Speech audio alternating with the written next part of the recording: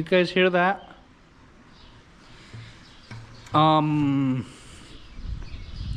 That's just a sound we don't like to hear when we got hay down.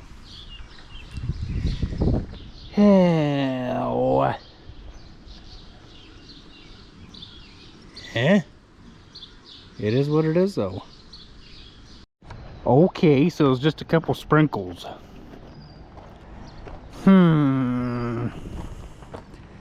And that ain't put together yet. Well, another day of knocking down hay. Might as well get with it while we can. We do one final raking before we start filling the barn. Even though I raked that over there, what was it? Half a week ago or so. I'm gonna do it again just so that when we continue out with the first layer, we leave them bales there, because those are the ones that horse people cry about. Oh, they're a little discolored, they smell funny. Had even one guy take a handful and taste it. Believe that or not. They'll even go as far as to taste and smell it. If it even smells funny, they won't take the bottom row. Cattle, on the other hand, they don't mind it. But we'll just tie right into what's here. Meaning, we'll keep coming out with this row. Somehow we got screwy here with what's going on back here in this corner. I don't know what I know what happened. They flipped. Why? I don't know, but the two rows on the back are supposed to go this way along the back of the wall, and then they're supposed to alternate, just like how I load the flat wagon, so that they lock themselves in so that the mow don't tip over. We've had that happen before, and we've actually had to take the skid loader. It actually gets tippy when it gets out to here. It kind of leans on its out over the doorway. Not exactly sure why, but we just make do of it. You find short bales to put where long bales won't fit, and you play Legos out of it. Just with square bales. The thought occurred to me, you know, we have in the past, especially in the bottom barn, when we would put square bales in there, and the mice would just have a field day with the bottom row, especially with straw. We would rebale it with a square baler.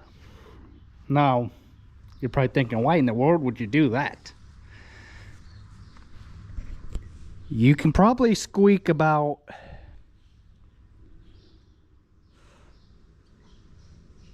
3, 4, 5 bales out of this hay, loose hay here. But the problem with that, trying to rebale loose straw or hay, is that the bales would end up looking like that in the corner. They would end up loose because you cannot keep a steady feed of crop, straw or hay going into the feeder house on a baler. You have to fork it in with a pitchfork, and you cannot keep a steady stream going that way. It was a good idea, but it's not possible. It is and it isn't, if that makes sense. Finishing up the last little bit here, and then I'm gonna go do that across my grandpa's over there. We'll just keep on moving.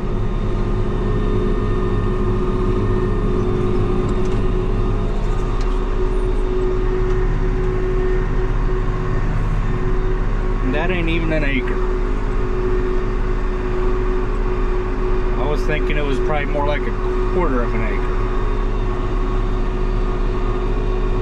I'm not sure, but we mowed the waterway anyhow because, well, yes, it's a different type of hay, grass basically, but the cows will eat it.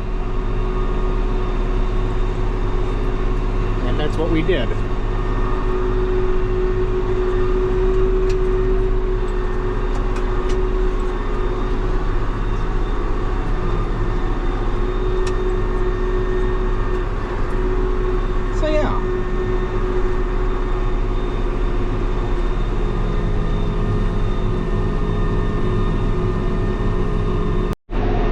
Just making rows, basically.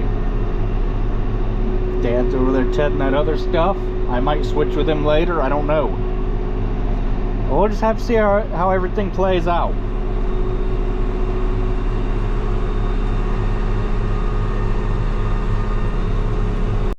Well, that's it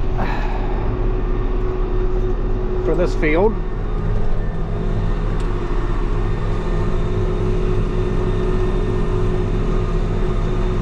Then about 11 o'clock or so we will ted that back there again. We'll ted it at an angle so that way, well, I can see where I've been.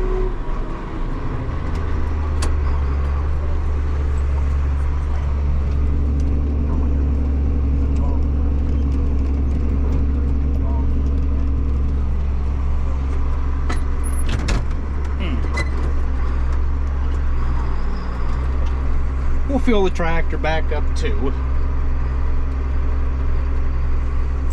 It's always a good habit to get into. When you're done with something, you fuel it back up. Well, that's been a heck of a good mower. We've had 3 of them. Well, yeah, we've had 3 of them, and the reason being is we bought one. This was back before they switched the numbers from H7230. We had a 1411 that had the flails in it. We thought that that would do a better job at drying the hay. All that had done was it just stirred the hay up, okay? We then upgraded to a 1412 that had rolls just like this. We ran that for a couple years, and then we upgraded about, I don't know, 5 or 6 years ago, and well, it was time to upgrade. So that's what we did, and we're happy with it. You can dry hay a lot faster with rolls than you can the flails. That's how we do things around here, and that works for us.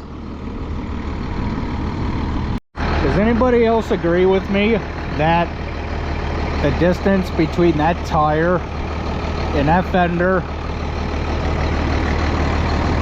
well, I guess it's all right, but then you come over here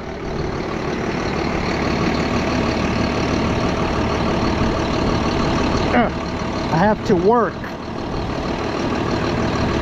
to get my hand under here. I think something is bent with this fender. I would like to pull it back straight again.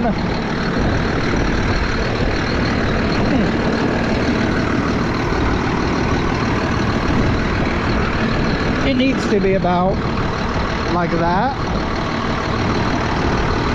I just think it's so dry rotted that the mounting bracket is starting to get bad on this side.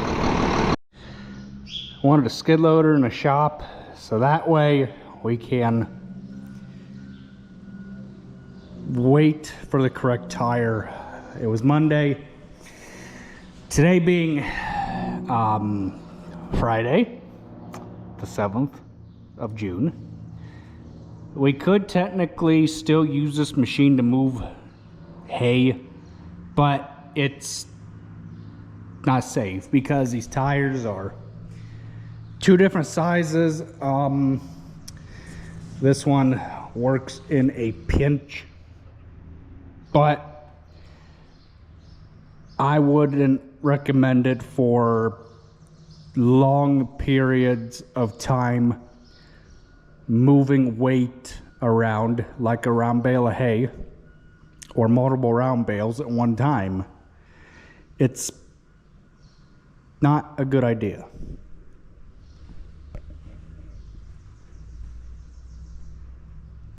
Looks like somebody came and got straw while I was gone.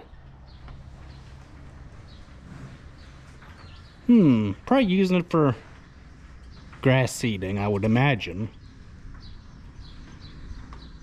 Hey, at least we're making room. Just got put in the tedder tractor. Heading this out a second time and let it dry.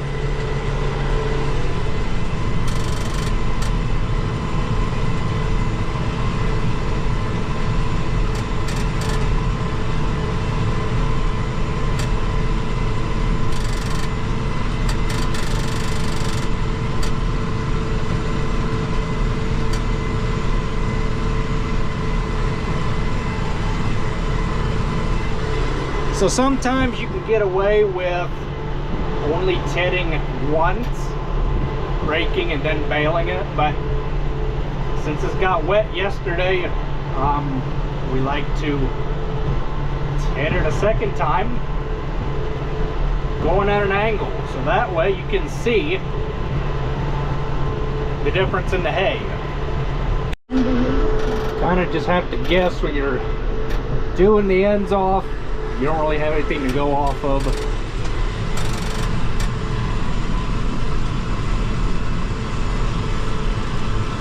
Got this field all done. We're gonna jump over there and do that we mowed down this morning. And that's it.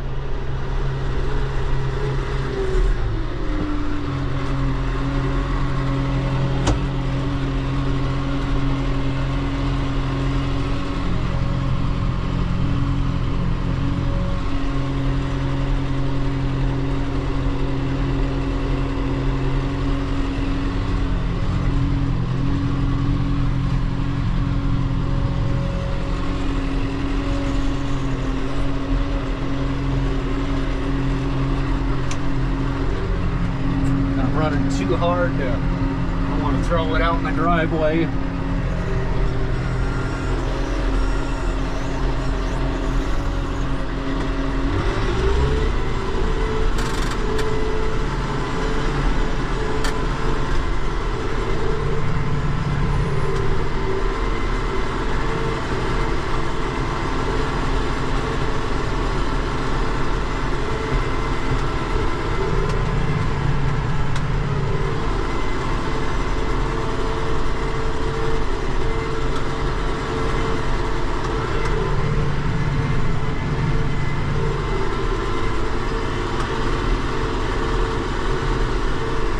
You gotta get it tore apart so it'll dry.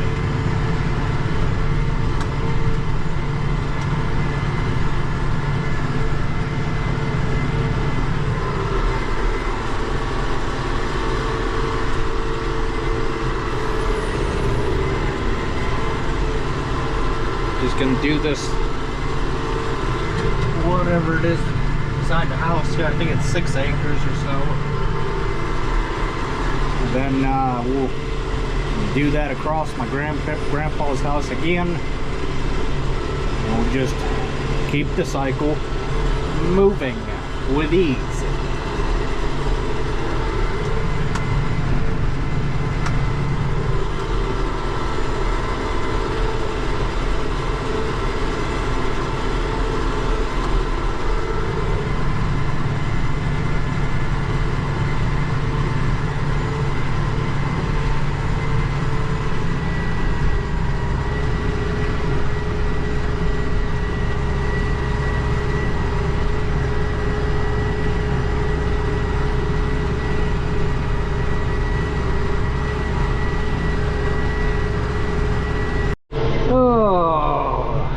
Such a beautiful day.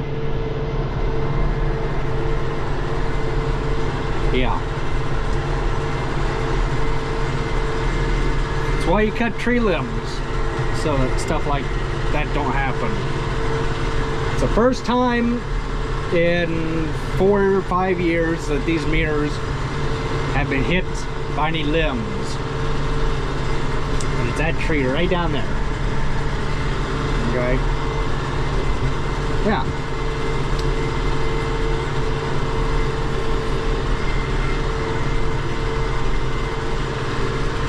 Take a man lifting a chainsaw and whack away at them limbs. At least the ones that hang over the field like that, and scratch your tractor cabs.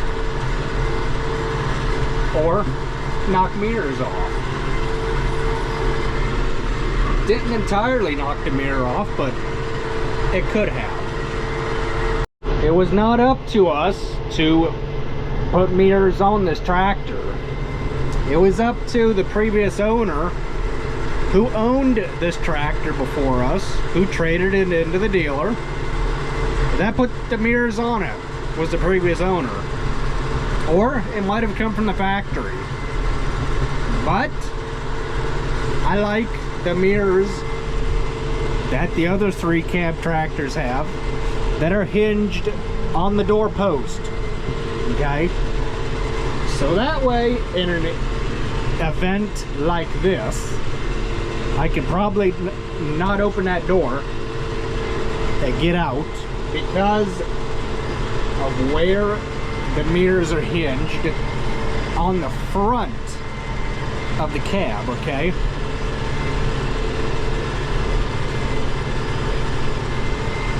I guess that's why there's a right-hand door. I would assume just take the mirrors off. So I was just sitting here thinking, I'm thankful that it was this side of the tractor that got hit rather than this side of the tractor, because I don't know if you can see it or not, that muffler right there, that little guy is big money to get replaced. It's got all that DPF garbage and all that on it, and it is, well, I believe it might have part of the DEF system tied into it. If that were to get hit, you might as well just sell the tractor probably, because it would probably cost about that much just for the muffler itself if it were to get hurt.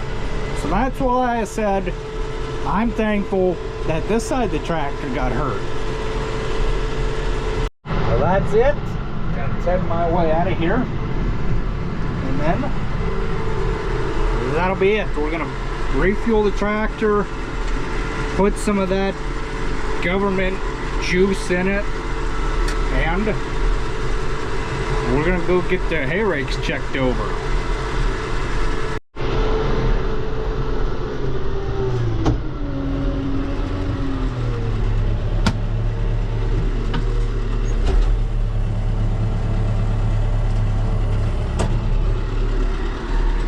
Tell me that wasn't easy. I'm gonna lock this lever so that way I can get out of this door over here and get around to adjust my mirror again.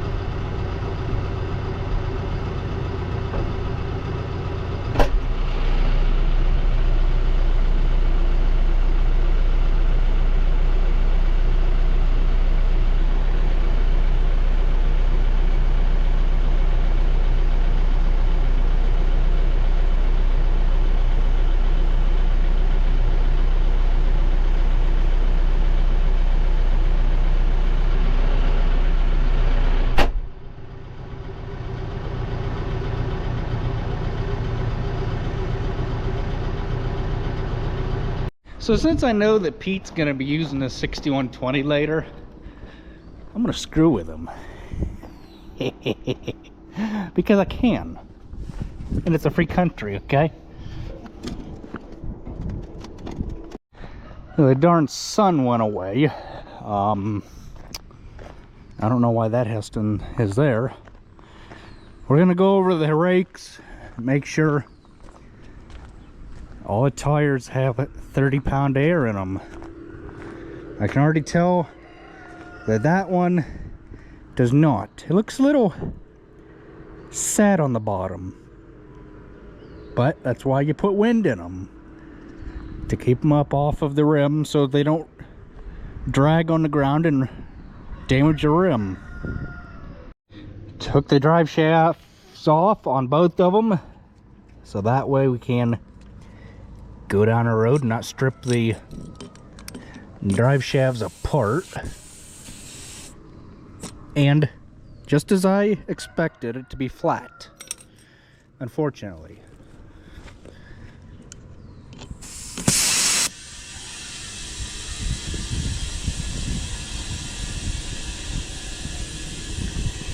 It's a little tire, so it won't take much wind. And we're at 25. Well, I'm going to say 31 is good enough. Somewhere between 30 and 31 for all 6 tires. So far, all of these have had 10 or less pound air in them, and this here is getting a little unhealthy for my likings. We're they have to let the boss man know to keep an eye on that one. Why it's starting to rust, I don't know. These don't have calcium in them. Why are they just rusting with air? I have no idea. Left one, not really liking that at all. I don't know what's causing it, but it is what it is. Something has caused that. Got the skid loader tire back. We can get this car tire off at here. That's what it looks like compared to the agricultural tires. It's just a little puny car tire. Like I said this morning, get the spare off of here, and then we can put the correct one on it and get this machine back in service like it's supposed to. Not saying it can't do its job with that kind of a tire on it. I personally wouldn't trust it as much as I trust these, because this is not the right kind of tire for this machine. It works on a pinch, and since we got the right tire back for this machine, we might as well put it on and do it right, rather than waiting till the very last minute when we need the machine to move around bales and things like that. Since we have some downtime in between needing the machine, we might as well just go on ahead, change it right, so that way it is done and over with.